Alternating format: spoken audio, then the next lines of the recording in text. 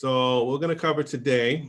Now, in the previous course, we had answered a lot of commonly asked questions about how to find a home, how to make an offer that gets accepted, and how to navigate your financial process. We can dive into that a little bit here, some more, and then also about calculating the cost to buy your home. We're going to be talking about that in an upcoming seminar as well. And then and also managing your credit scores. We recently did a video on that. And like I said, when we have the membership site, you're gonna have full access to all of this in detailed information. It's really helpful because when you come to me and you really wanna get the mortgage process started, you can have a whole foundation of information to get you squared away. Whether you're buying right now or even a year from now, it doesn't matter. You wanna get your financial house in order. And we've got the blueprint for that. Okay, so I'm going to talk about the benefits of home ownership. All right, before we begin, does anybody have any specific questions that you might want answered? If you do, just chime right in. Meanwhile, I'm just going to forge right ahead into the topics. Okay, so like I said, how do you find a home that you can afford? All right, we're going to be focusing on the benefits of home ownership, but one of the benefits is, well, one of the things is you definitely want to find a home that's affordable. All right, you don't want to buy something that you can't afford. And like I said in our previous video, we talked about how to find a home you can afford. But you know what, let me go into that real quick. All right, how do I find a home that I can afford? In today's market, you're definitely going to be using the internet, right? You want to work with a realtor who can interface with you on the internet and actually help you identify homes that you like and areas you like. Some of the things that I always recommend is when you start seeing these homes online, sometimes we get these calls like, hey, I saw this house on this website and I definitely want to buy it. I want to make an offer. I want to buy it right now. And a lot of times that doesn't work out because a photograph on the internet is one thing, but when you get in your car and you drive up to wherever you want to buy this house, whether it's Mount Vernon, Middletown, Connecticut, New Jersey, you get in your car, you drive to that neighborhood, you can begin to learn about those communities. And sometimes that house that you saw in that beautiful photograph is on a hill, or it's in a ditch, or it's in a bad neighborhood, or a neighborhood that you don't gel with. So I recommend highly that you drive to these areas and learn more about these homes. I'm working with a lot of people in the city. And in the city, I guess people want to leave, right? You're working in the city and you want to move up to the country, the suburbs. And so a lot of these towns are foreign to us. The homes look beautiful, but you want to learn a little more about the towns. I recommend you research the school system, research the town itself. Are they having any financial problems in these towns? And then a lot of times, like I have a customer right now in Middletown, New York, buying a $170,000 one-family house. That's amazing that you can even find something at that price. And it's a really nice looking house because I saw the appraisal, and it's something to be impressed about. So there are affordable homes. Okay, now next one is how to make an offer that gets accepted. In today's market, we're finding that this is today, right now. We're finding that people are shopping for homes and they're coming across these homes and there's like multiple offers, a multitude of offers that are being made on these houses. And sometimes we had one client who's offered $20,000, $30,000, $40,000 above the asking price. And still we come back and find that the seller has accepted a different offer because it was higher. And that's what we're experiencing like right now in this market. And right now we're in April, beginning of April, on April 8th of 2021. And that's right now, it's a seller's market. So sellers are really just commanding the market right now. However, one of the houses that this gentleman made an offer on came back on the market. So even though you make an offer on a property and the offer is rejected, there's a lot of times these people who have made these super high offers, it can't be sustainable or they just got emotional. And a lot of times these houses are popping right back up on the market. So you definitely would like to make sure that if your offer was rejected, just keep an eye on the house, keep an eye on the market, and understand that these houses can only be worth but so much on today's market. So a lot of times super duper offers don't go through. So don't give up hope. All right, I guess that's what I'm trying to say here. Don't give up hope. Yes, Mark, can I ask you a very quick question in regards to that? please do. I noticed there was this house that I saw that I liked. Yes. Uh, the house originally was priced back in February for, I think it was 689, Okay. and then a few weeks later, same month, Mm-hmm. they dropped the price down to 659. Right. Then they pulled the house off the market completely, Mm-hmm. and then I see the house back up now for 600,000. Oh, wow. What Okay. does that tell you? Does that mean that they thought, hey, I know it's in my favor. I Mm-hmm. wanted to see how much I was going to get. Let me mark up the price. And Yes. then when they realized it wasn't working, they were like, okay, I'm going to have to come down. Yes, absolutely. So there's two things that sellers will do today. They'll play it one way or the other. They'll either put the price really high, uh, and then another thing they'll do is they'll put the price really low. If they price a house very low, what that's going to do is going to attract a whole heap of people to come and look at this house. And when all of those people come, they start what they call a bidding war. So they'll start. So let's say somebody puts a house that could sell for 600,000 on the market for 575 or 560. What happens? They attract a lot of attention. They get 15, 20, 30 offers within in the first 5 days. And that's when you start see people overbidding. They'll bid more on the house than the guy's asking for. And sometimes it gets a little too emotional and this guy's asking for 675 originally. Maybe the house is worth, I'm sorry, he's asking 575. Maybe the house is worth 600. And he starts getting offers now for 650 because people are fighting. And so what the realtors will do is they'll have this thing called a highest and best offer. So they'll say, okay, by Friday, today's Thursday. So they'll say by tomorrow at 5 p.m., not only have you given us your offer, but we're going to give you an opportunity to make your highest and your best offer. So we're even encouraging you to offer more than the house is worth and offer more than you intended to offer. And so people will be overzealous a lot of times, and they'll do it. They'll say, okay, I'll give you $700,000 for that house. But a lot of times the house will not appraise, which is a whole nother conversation. If the house doesn't appraise with your lender, the lender is not going to lend you the money unless you come up with the difference, which is another conversation. But yes. Yeah, I remember you mentioning that last time. Yeah. Right. But that's what we're experiencing in the market right now. So I guess I'm saying don't give up hope. You can have a strategy, and we can keep monitor the market and see if the houses come back on the market, you can always go back in and offer again. And the other thing is, none of us can predict the future, but I would like to believe this is not going to last forever. All right. So it'll soon be a buyer's market. I hope. I'm sure. I've seen up markets and down markets, and I've been through this before. So we will see. Okay. So next thing is navigating the finance process. That's what I help you do. I navigate the finance process. A lot of information that you might need up front. We make sure you get that. Getting pre-approved is the number one way to navigate the finance process. It can seem a little daunting in the beginning, but give us your pay stubs, W-2s, bank statements, ID. We go through it all with a fine tooth comb. Anything that a lender would ask for, we're going to ask for it now. Make sure you get all of that out the way. So when you go make an offer on a house, you know that offer is rock solid, and we can act on that and get you your mortgage.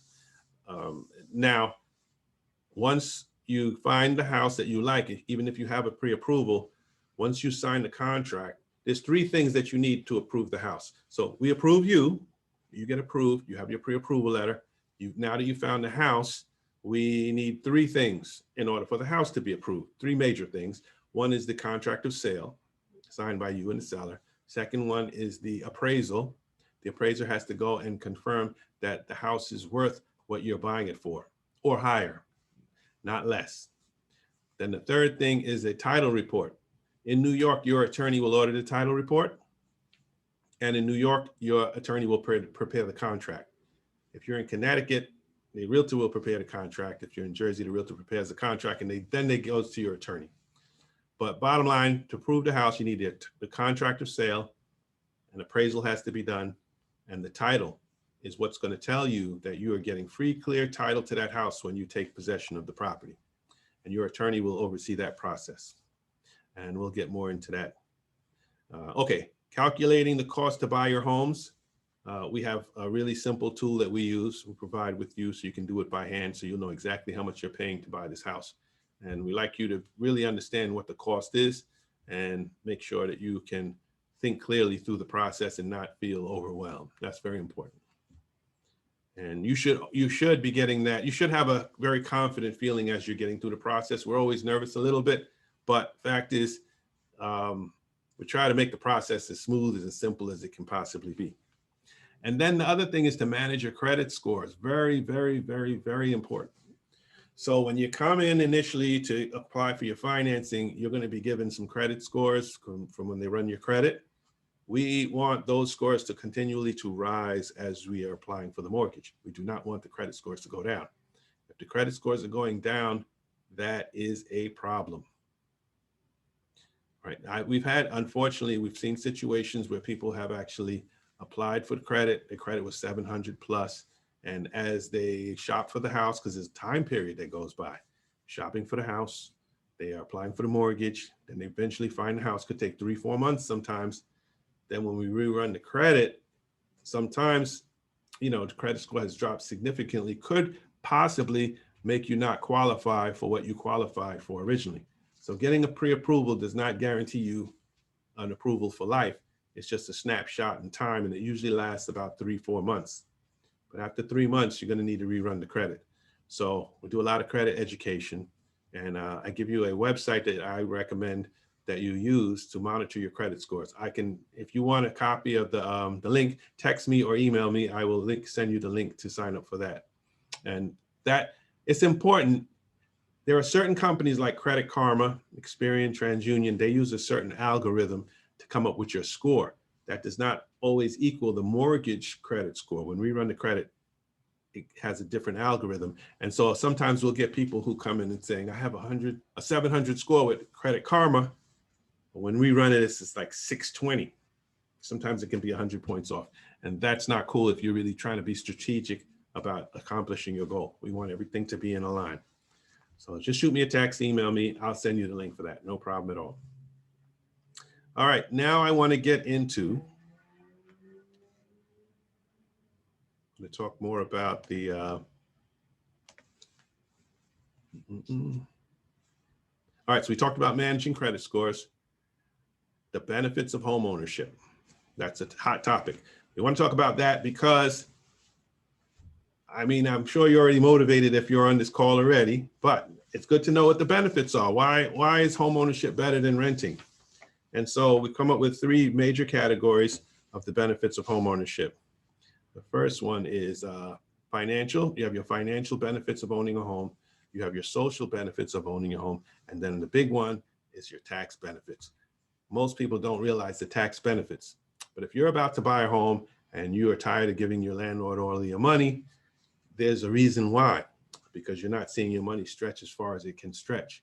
When you buy a house, I'll start with the tax benefits. Well, no, let me start with the financial. I'll move through it relatively step by step. Okay, so financial benefits. One of the biggest financial benefits that you will realize when you buy a house that you will not realize when you're renting is equity, building equity. Equity is the difference between what the house is worth and how much you owe on the house. And so a lot of homeowners right now who did buy homes years ago are realizing their equity is going up. And so when they're selling their homes, so if you bought a house in the last 3 years, I've been watching home prices go up. So I also help sellers in the sale of their home, and I advise sellers on how to sell their home. So that's as a real estate agent. And now when they are selling their home, if you bought a house, I would say 3 years ago in the Bronx, you could have bought a 1-family house there for maybe about $390,000. That same house today is probably selling for about $490,000. So in 3 years, people have seen equity increase in their homes. What that means is if they sell that same house today for $490,000, that they will walk away, ideally in a perfect world, with $100,000 that they wouldn't have had had they kept renting. So that's equity. And when you're buying a house, you're obviously buying it not because it is a financial investment, yes, but you're buying it for the enjoyment. So this person who bought the house 3 years ago, I'm sure they didn't buy it thinking, oh, look, I'll sell it in 3 years. It's not like the stock market. I get that. However, the point is you will not realize that benefit if you're renting. That's the point. Okay, so long-term savings is another option that you'll receive from, obviously, because as the equity goes up and as the years go by, you're paying your mortgage down. So if that person who bought that house 3 years ago put down $20,000, so they bought a $400,000 house and they only have a $380,000 mortgage. But as the years go by, the mortgage goes down. I'll be going more in depth on that. I don't want to do a math class, but I'm going to actually do kind of a math class in a separate video to really hammer that point in. Right? But the point I just want you to get right now is the difference between what the house is worth and what you owe in the mortgage is called your equity. And when you're owning a home, you will receive the benefit of equity versus renting. Okay, next thing is you have control over your finances. The fourth one is you build wealth. And this type of wealth, if you buy more than one house and they're all rising in value, then you will grow wealth. Compared to renting, it just is a kind of a no-brainer. So other benefits, there are social benefits, obviously. You have your civic partnership. So people who live in homes tend to get to know the neighbors and they have a lot of common interests. So they kind of participate civically more so in terms of voting and things like that. Financial education, people who own homes tend to learn more about their finances. And even if you're planning to buy a home, you're going to notice that you're going to start paying attention more to your finances, your 401k, your taxes. Everybody who comes through this office to get a mortgage, we're constantly analyzing their tax returns, constantly analyzing your 401k. We give people feedback on what we see, how their 401k is how their 401k is performing, and how their taxes are they paying. You know, it's amazing how people aren't even aware of how much taxes they're paying. Most people aren't aware of the tax return itself and how it works. So we educate you on that. In fact, we'll be doing a course on that as well. Health benefits. Okay, so there have been studies that show that people who own homes tend to have better health care than people who don't, right? I have a copy of the report on that. It's interesting. Okay, so now you have lower crime rates in neighborhoods where people own the homes because people tend to have more security systems and they tend to protect their homes and be in alignment with the police to keep the peace in their neighborhood. So then you have property improvements. That's a social benefit. So one of the gentlemen that we sold the home to recently, he's putting a swimming pool. This guy is putting a swimming pool in his house. Really nice. Not inside the house, but in the backyard. So those are benefits that you can't have depending on where you rent. But most likely if you're renting, you're not going to get that. At least if you want it, you can't just get it if you're renting an apartment. You'd have to go to the landlord, but then you'd probably just move out and go somewhere else. Tax benefits. This is a huge one. When you're owning a home, you are going to be reaping the rewards of tax benefits. Now, I'm not an accountant and I'm not a lawyer, so just want to put that out there. But I do talk to a lot of accountants and a lot of lawyers, and I've learned a lot about this over the years. So taxes, you are taxed based on your income. And so your goal in your job when you're trying to reduce your tax burden is to reduce the amount of income that you're taxed on. As a wage earner, if you have a job, that's challenging to do because wage earners don't get the same tax benefits that corporations and businesses get. So those tax benefits won't come to you, but one way it can come to you, the benefit of a tax deduction, is by owning a home. And right now, the mortgage interest is tax deductible on a home. And when you're buying a house, the majority of your payment is going to be tax deductible because most of it is going to be interest in the beginning. In some municipalities, you might be able to write off some of your property taxes and even your homeowner's insurance, but you got to talk to your accountant about that. So what happens is if you're making $100,000 a year and your federal income tax is 12%, that means that at the end of the year, the IRS is just taking, they will have gotten $12,000 withheld, right? So your employer withholds the taxes.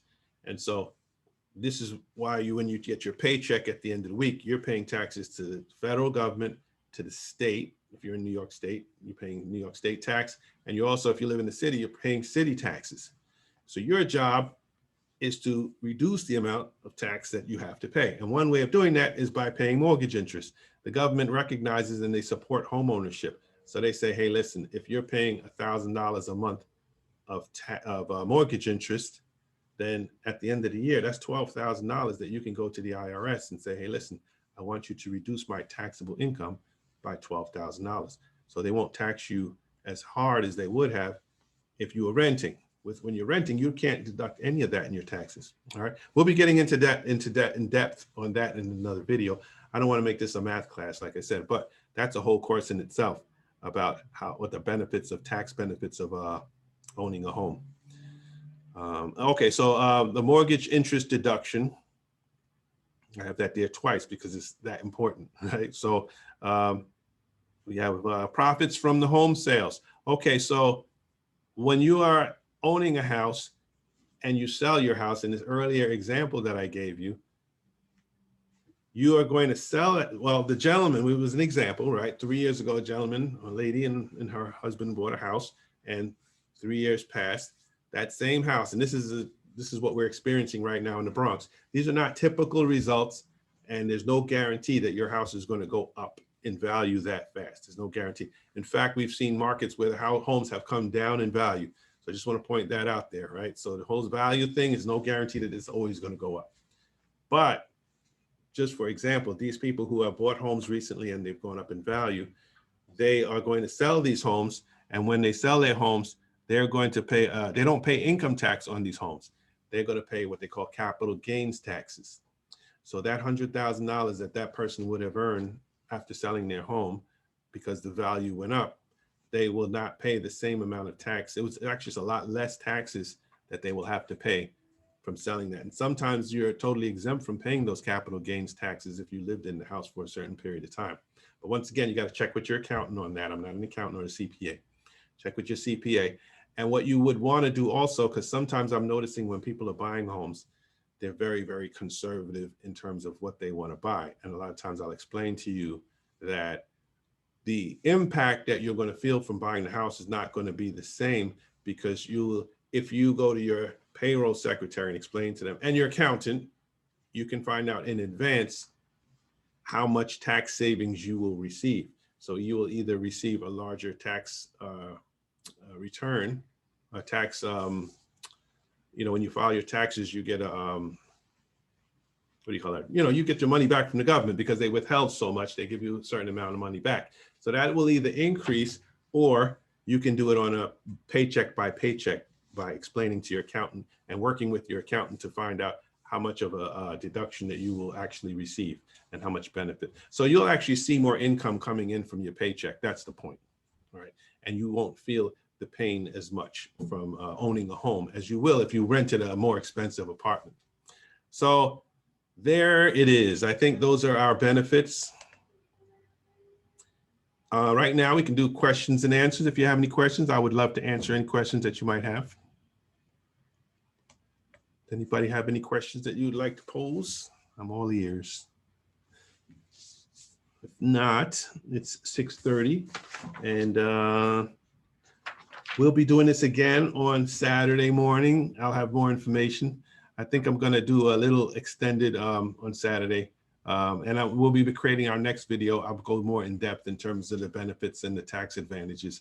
In fact, we're going to invite a CPA on our call to find out more detailed information. So if you have any questions or any ideas about what you would like to learn in the future, please shoot me an email, text me, and we will definitely provide information on those topics. But other than that, I want to say thank you and remind you also that our website, our membership site is being built. After Saturday, we will give you the information. I'll email it to you so you can join up for our membership website and have access to all the videos as we create them. And I really look forward to partnering with you and helping you through your journey to an independent, dignified lifestyle. You know, as we're supporting you 100% in that, that's all we want. We want to just grow and prosper. And this is the place to do it. I got your back 100%. All right. So until next class, you have a great time, and I'll talk to you on Saturday. Thank you. Or if not before. Okay. Bye. Thank you, Mark. Okay. Thank you. Anytime. Oh, did everybody get something good out of this? I want to make sure it's value that you received today. Yes. Yes. Yeah. You know, I had a really quick question. I don't want to Please, hold yes. up everybody. Just a quick question. Yes. Let's say you're interested in purchasing a condo and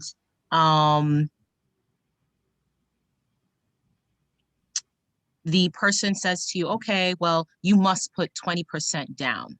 Right. Is that, I mean, do you have to put 20%? I mean, I thought. That's a very good conversation. Very good point. Very good point. Okay, so we have Fannie Mae and Freddie Mac and FHA, and they have created programs for you to put down as little as 3% down.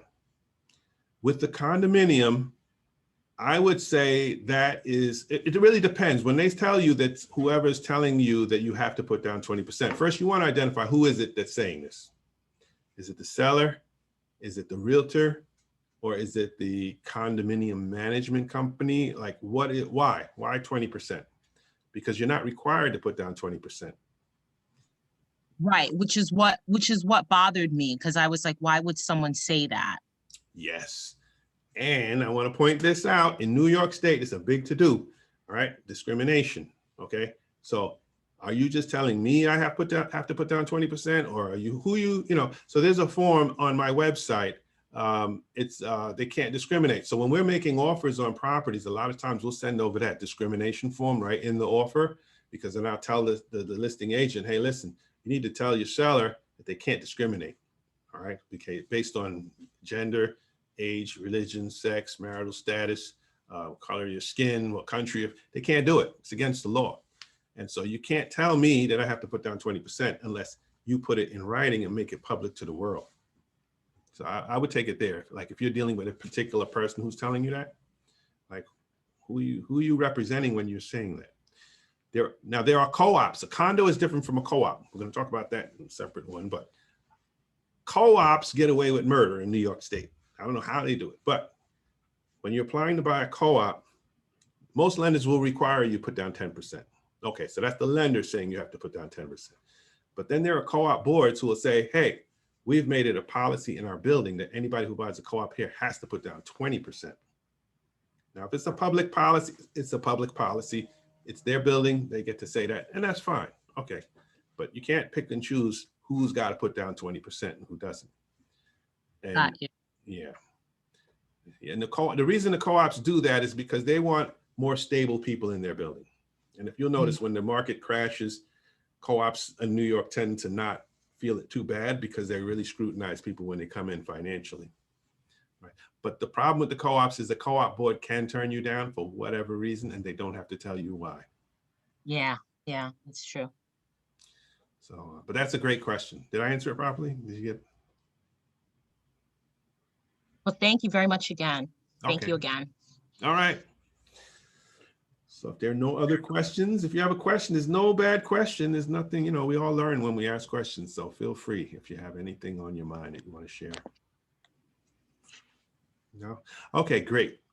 Thank you guys for joining. Really appreciate it. Love you guys, man. You keep me inspired and keep me moving, and this is working. All right.